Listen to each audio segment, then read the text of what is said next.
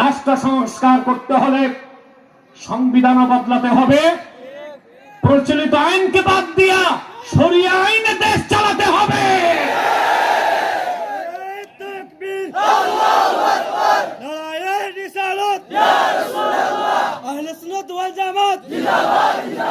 বাঁচাও ইমান, বাঁচাও দেশ, সাহেব কিবলার নির্দেশ।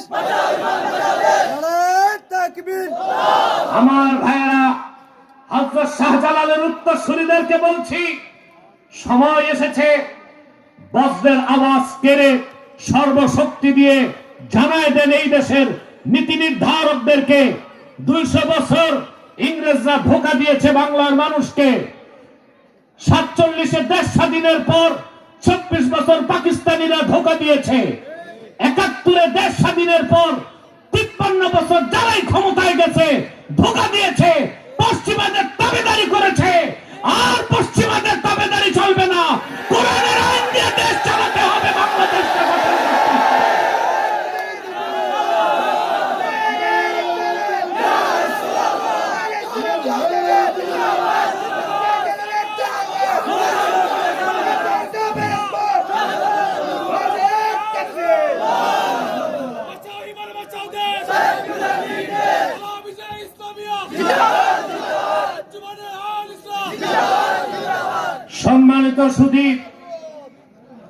সম্মানিত সুধী, অতএব পঞ্চায়েতে সুষ্ঠু বিচার না থাকার কারণে মামলাগুলো আদালতে যায়।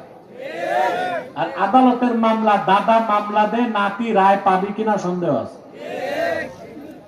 তাহলে আপনি সকালে জিকির করবেন, সন্ধ্যায় জিকির করবেন, আর সারাদিন করবেন শয়তানের চামুন্ডাগিরি।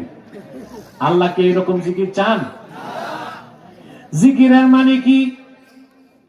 ইস্তিহদারু মারিফাতিল্লাহি আযজা ওয়া জাল। জিকিরের অর্থ হচ্ছে ঈমান আনার পরে মুমিন সর্বদাই তার অন্তরে আমার আল্লাহর পরিচয় ধারণ করবে, আমার আল্লাহর স্মরণ রাখবে। যখন সে দুনিয়াতে আল্লাহর স্মরণটা অন্তরে লালন করে চলবে, আল্লাহর ভয়তে সে ঘুষ খাবে না, সুদ খাবে না, পরের হক মারবে না, পাল্লায় ওজনে কম দিবে না, আরেকজনের ক্ষেতের সীমানাও ধাক্কাধাক্কি করবে না, চগলখড়ি করবে না, জেনা করবে না, মিথ্যা বলবে না, নামাজ তরক করবে না। শুধুমাত্র আল্লাহর ভয়টাই মানুষকে অপরাধ মুক্ত চরিত্রবান বানাই দিতে পারে। আগে দুর্নীতি ছিল, এখন দুর্নীতি নাই? কথা বলে না, কারণ সেটআপ চেঞ্জ করছেন, নীতি তো চেঞ্জ করেন নাই। শিক্ষা নীতি বদলাতে হবে। আপনারা যে শিক্ষা দিচ্ছেন, অফিসাররা এই শিক্ষায় শিক্ষিত হয়ে সুদ আর ঘুষ ছাড়তে পারে না।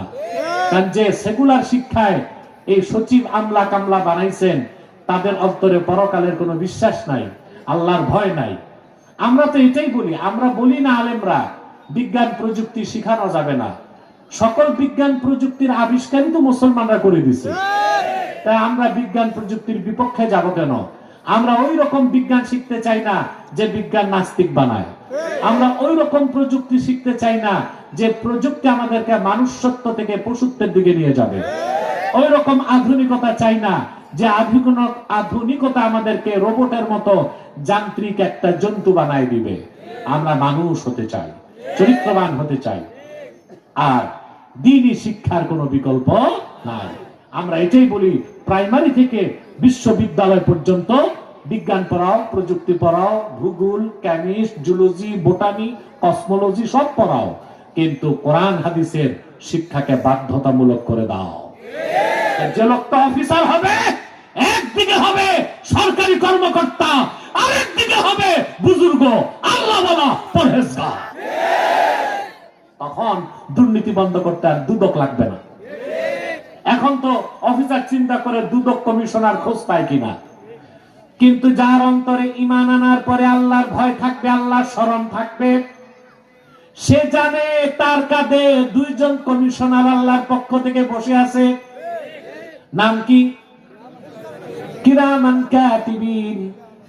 রাতের অন্ধকারে, দিবসের আলোতে, কিংবা 70টা কামরার ভিতরে যে আপনি যদি গুনার কাজ করেন, আপনার বাবা দেখবে না, মা দেখবে না, স্ত্রী দেখবে না, সরকার দেখবে না, সিআইডি দেখবে না, দুদক দেখবে না, ডিজিএফআই দেখবে না, কিন্তু কিরামান কাতিবিন অক্ষরে অক্ষরে সব লিখে আপনার ফাইল রেডি করে দিবে।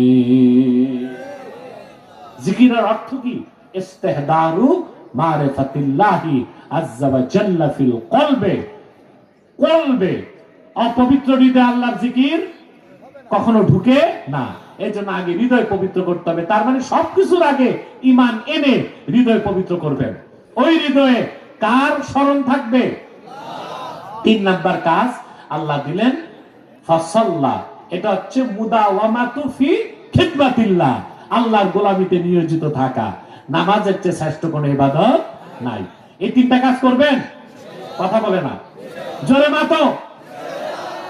আমি আজকে ওয়াদা নিতে চাই, আমার যুবক ভাইরা, তোমরা যারা নামাজ পড়ো না, আজ থেকে নামাজ পড়ার ওয়াদা করতে হবে। রাজি আছেন? হাত তুলে দেখান, বলেন ইয়া আল্লাহ আমি ওয়াদা করছি আজ থেকে 5 ওয়াক্ত নামাজ জামাতের সাথে আদায় করব। যদি শয়তানের প্ররোচনায়, বলো, শয়তানের প্ররোচনায় নামাজ ছুটে যায়, তওবা করে কাজা হিসেবে নামাজ আদায় করব। হাত নামান। নামাজ ঠিক, সব ঠিক। সুবহানাল্লাহ। নামাজ ঠিক, সব ঠিক। এবার আসেন, আমি 2টা আয়াতের ব্যাখ্যা আপনাদেরকে শোনালাম। পুরা 1 ঘন্টা 15 মিনিট চলে গেছে, আর 15 মিনিট আমাকে টাইম দিতে হবে। তার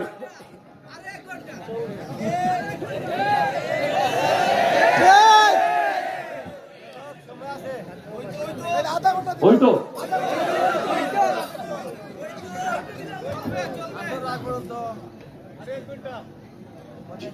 অবশ্যই কথা শুনতেছেন তো?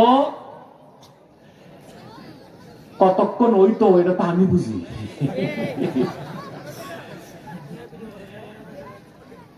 আমি যদি বক্তব্যে লিমিট না রাখি তখন আর ওয়াজ হবে না, আবার শুরু হবে না। আমাকে তো পড়াশোনা করতে হয়, তারপর বুঝাতে হয়। কথা বলেন। আর আমি আগে বলেছি, আমরা কতক্ষণ আলোচনা হলো সময় দেখবো না, আমরা দেখবো কথা কি হলো। ঠিক না ভাই? এবার পরের কয়েকটা আয়াতের তরজমা আর শিক্ষাটা কি তা আমরা উল্লেখ করছি। এরপর আল্লাহ তাআলা বলেন, বাল তুসিরুনাল হায়াতাদ দুনিয়া ওয়াল আখিরাতু খায়রুন ওয়া আবকা।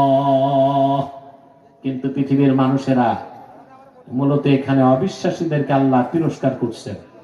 তোমরা তো দুনিয়ার জীবনটাকে প্রাধান্য দিচ্ছ, অথচ আখিরাত হচ্ছে উত্তম এবং স্থায়ী।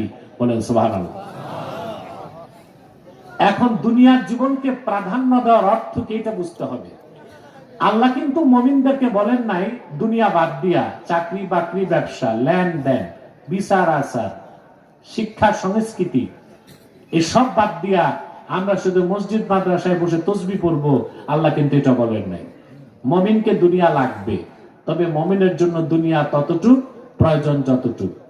2, মুমিন কখনো আখিরাতকে বাদ দিয়া দুনিয়া কামাই করবে না।